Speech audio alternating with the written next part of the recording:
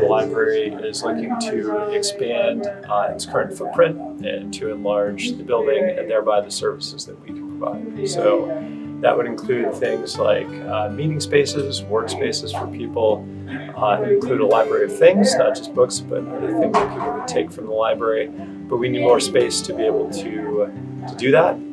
So we are contracting with an architect and looking at some potential plans to enlarge the footprint, enlarge the space. At the same time, trying to be mindful of the cost and return on investment to taxpayers.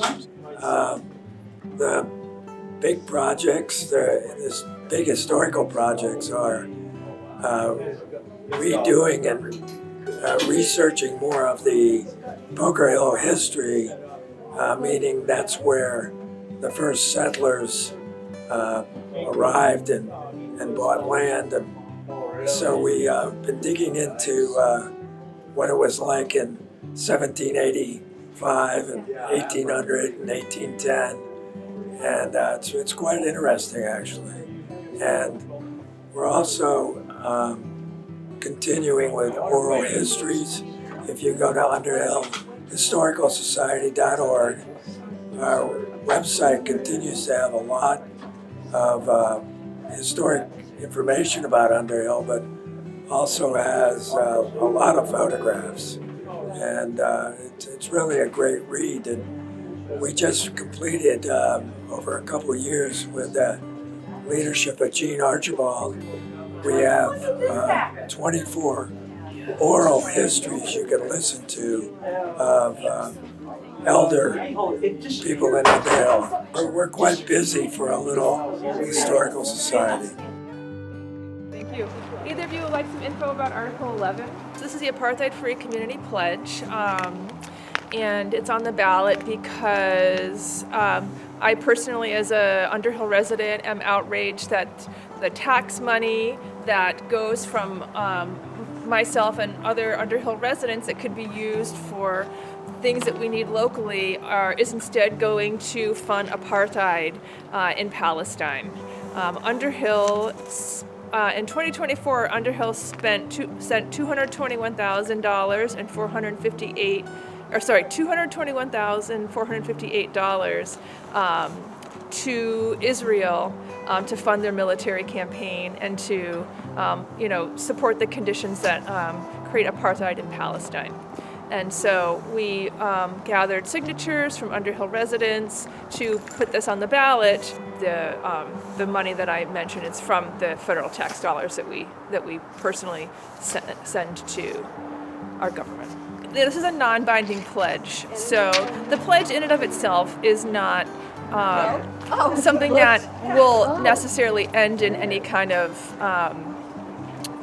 it doesn't result in any kind of action, but what it's been doing is facilitating community dialogue, and I think that's really important just for people to hear more about what's happening in Palestine, to hear all the facts that support the designation of Israeli running an apartheid state. And so it's been worth the discomfort that I've had to put myself through. And I don't think anything really bad has happened. I think there's that idea that this is a contentious issue, I think keeps people from talking about it, and I think that's a really bad thing. So we're at Browns River Middle School. Voting is started a couple of hours ago and town meeting is just about to start, and I'm here with these Freedom and Unity comic books so that any kids that are here can learn a little bit more about what we're doing today and how voting works. And I'm really excited to be part of town meeting day. So in Underhill, Trevor and I are invited to speak a little bit at the beginning of town meeting, and we share what's going on and we take questions from the audience. Might be down here. I was yesterday at the Jericho Underhill Food Hub has been working for the two towns to support local farms, to get people to eat more local food, which helps the economy, and to bring community together around local foods. And we've had all kinds of workshops about home gardening, and we have some coming up in March for sharpening your tools and getting ready for the season. We've had community meals that bring like 200 people together, and they've just been a great mechanism to meet other people and learn about local foods. And we've created some farmer forums so that farmers can talk to each other and network and talk to us about how we can better support them. The farms are kind of, tucked back in, a lot of them. And when we put out this local guide that has all the farms in the two communities, it's like, oh, I have neighbors that farm, I've never visited them. Oh, they have raw milk I can use. So those are the kind of things that the guide really helps with. Plus, we've been including people that use local products and do home baking. So there's so many people that do sourdough breads and use beef tallow to make creams. And so all of those things are fun to learn about. I think it also brings people to the farmers market because many of those people have sales there. I'm Michael Oman. I chair the Energy Committee. We're looking at really a whole new world for trying to work with energy and for our community and trying to figure out how to make things work in a whole new way of looking at things. I guess if I had one single message, everybody was relying on all sorts of rebates and special incentives and that sort of thing, and so much of that stuff is going away. But the thing that isn't going away is all of the underlying economics are still there. Everything from driving an EV, I drive a Bolt, I figured out the energy equivalent, I get the equivalent of 150 miles per gallon in my little EV car. There's heat pumps, there's weatherization, it's going to save you money no matter how many incentives you get in order to do it. All the electrification options that you've got are still there, and I hope people will do something to sort of follow through. Solar, still really worth doing, across the board. So we're trying to find ways to get to do as much as we can to get this information out to people. We're planning a major program of outreach this year at the Jericho Farmers Market. We're going to be there over the summer. We're also putting together an energy fair for the fall to be able to get EVs and a lot of vendors and that sort of thing here, sort of for the first time to begin putting together an energy fair for this area and help people to really take advantage of this. I mean, I was just talking to another guy. It's like everybody's talking about where they're going to be, and my little Bolts, I charge it up at the electric socket.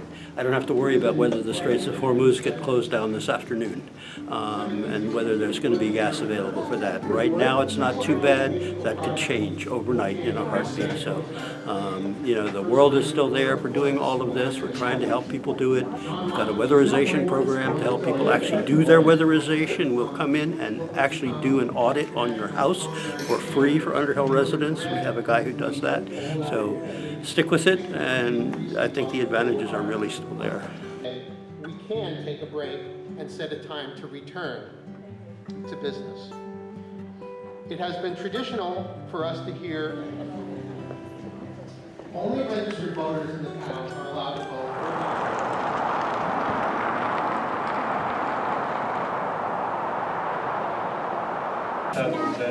We have some handouts for the people and some tote bags, some coloring books for the kids, just to spread the word to the public of make sure you check your smoke detectors, and if you have any questions for the fire department, we're able to answer them here, or they can call the fire station. We're We're here just making E911 reflective address signs today. So if people don't have their house well marked, it makes a huge difference for us, the fire department. UPS, USPS helps everybody to be able to find your house. We're not looking for volunteers right now. We're pretty full, which is a great problem to have. We've had great support from the communities and the towns over the years. Yeah, and if you think you're having an emergency, please call early before things get worse and call 911. We organize international exchanges for youth, bringing students from other countries here and then also students to other countries in the U.S. Across the globe. And so we're looking for host families to help host these students. We have programs in May and July. And so there's students coming from the Philippines, the Pacific Islands, and Africa as well.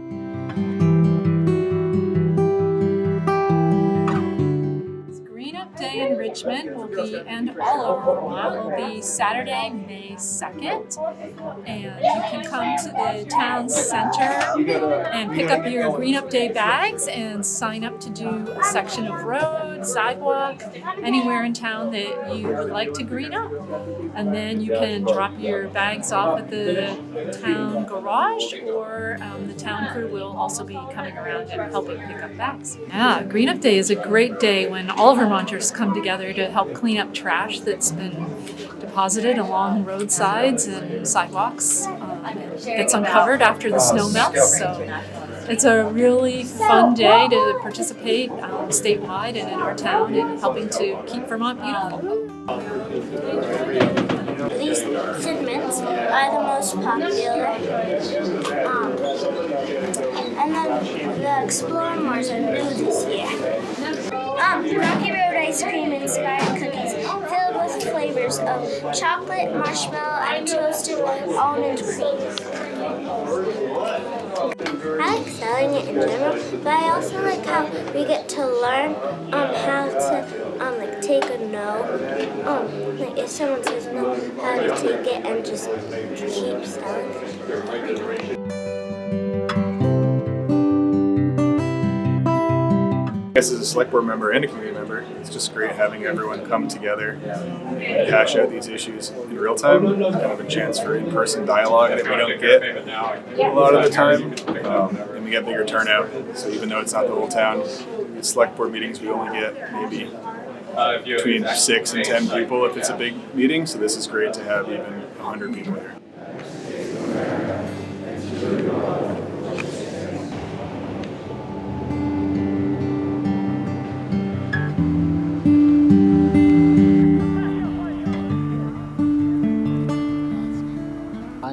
For the open seat on the select board, and I'm sitting out here and chatting with people as they come and go, answering questions they have, and chatting with Joe, my opponent, in a very friendly race. And so it's been a good day. I'm curious why some of the select board positions are an uncontested line, and then you and Joe are running against each other, but other people aren't.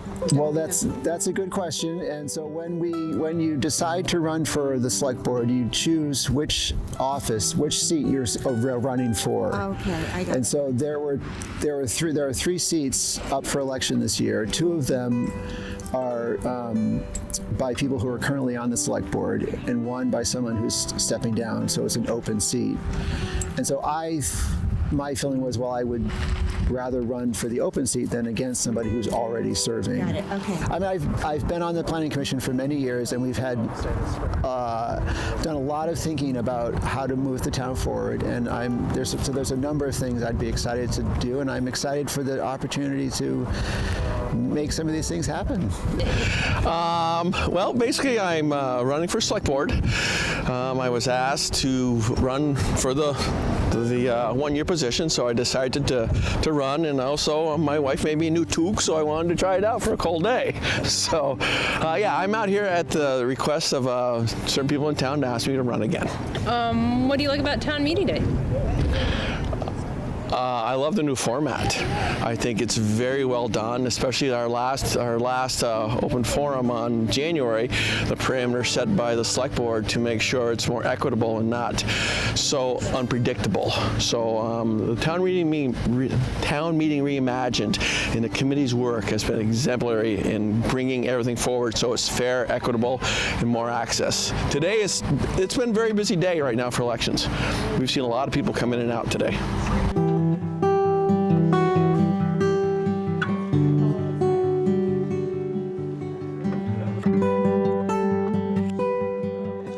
I'm here at the wastewater table at MMU on town meeting vote, and we're talking about the town's efforts to add wastewater treatment to Riverside, Underhill Flats area, which is really the number one thing that Jericho can do to add more housing. And wastewater treatment is a limiting factor. And the reason why it's so important to be talking about this on town meeting day is that the number one thing that Jericho can do to lower property taxes is to add more housing and add more children. The state algorithm on property tax for education is driven by cost per student. And to lower the cost per student in the MMU district, we need more children. Right now, there's 37% fewer children at MMU than there was 20 years ago. We have all that overhead is divided up on a smaller number of children. So we need more students in Jericho to lower property taxes. And the best way to get there is to add wastewater in Riverside. Some of the questions that we've gotten here are people are concerned that there's going to be an open pit style, open tank style wastewater treatment system in Riverside, and that's not what the town is looking at. The town's looking at just leach fields similar to the ones that are already at your house, just on a much larger scale, and similar to the community wastewater systems that are already all over Jericho. There's a bunch of large developments that have their own community wastewater systems, and that's what we're talking about. One of the reasons why this is so important is that a large share of the houses in Jericho were built in the 1970s, 1980s, and early 1990s. And those wastewater systems are now 30, 40, some approaching 50 years old.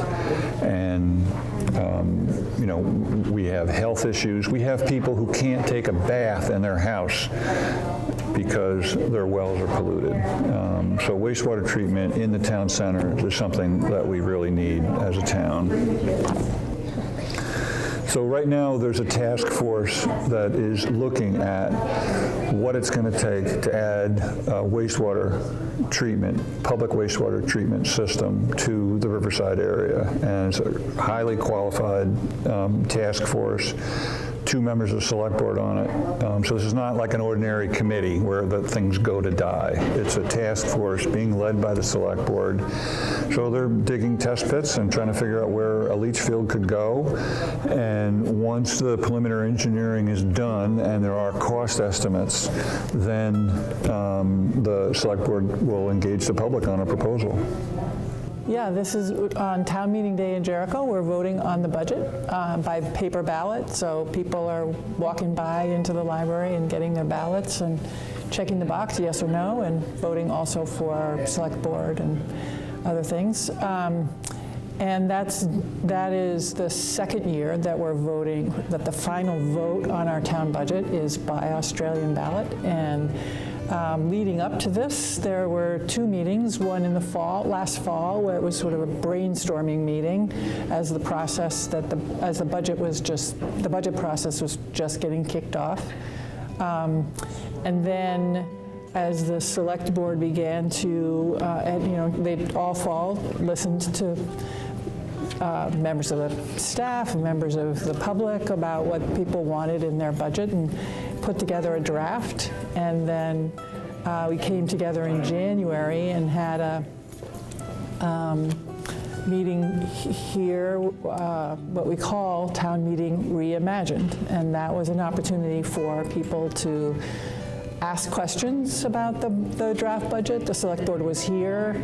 There were, I forget, I think, between folks on, we have a hybrid meeting, and there were about 45 people online and about 75 people, 80 people in the room, and people asked questions, people proposed some changes, debated them. It felt very much like the old town meeting, and but the difference is that we were talking about a draft, and at the end of the meeting, the vote was, shall the people in this room recommend that the select board present to the voters on town meeting day a budget of whatever the total is. So it's a new process that tries to retain the community involvement in putting the budget together and have a meeting where we can be in person. We had, the hallway was full of tables ahead of time, and people were eating chili and talking to their neighbors and talking to people on different committees. And then we went in and had 3 hours of learning about the town budget and why the select board made the choices they did, and we proposed some changes, and someone proposed changes. Some of them were voted down and some of them were approved, and now the final vote is today. Well, what kicked this all off is in the March town meeting 2024, there was a proposal to have the budget be voted purely by Australian ballot. And at that meeting, folks amended that motion, and we passed the motion to move to Australian ballot with an interim meeting where people could provide active feedback, and modify the draft that would be, presented to the voters. So the first, in 2025, we went through our first process, and in January 2025, we had that first meeting. And we held that in the auditorium, and it was hard for folks online to hear, and it was hard, and the vote counting was challenging. And so the task force that you and I both serve on spent a lot of time in the interim year trying to work on the technology, move the meeting to the library where the acoustics are better, worked out a better system for voting for the folks who are voting online, and those things all went much better this year. And now we're again asking for feedback from folks. And as one example, something that people found very confusing was that it was not clear. There were some the communications between the task force and the select board kind of fell apart at the very end, and we didn't go into the meeting with a clear warning of what we were voting on, and that ended up being confusing. So we learned, okay, we need to do a better job of communicating with the select board toward the end of the process next year. And we're asking people to fill out questionnaires. They're available at Town Hall. You can go to a QR code and fill it out online, or you can pick up a questionnaire in paper and do what worked, what do you think we could improve. We'll continue to work on it.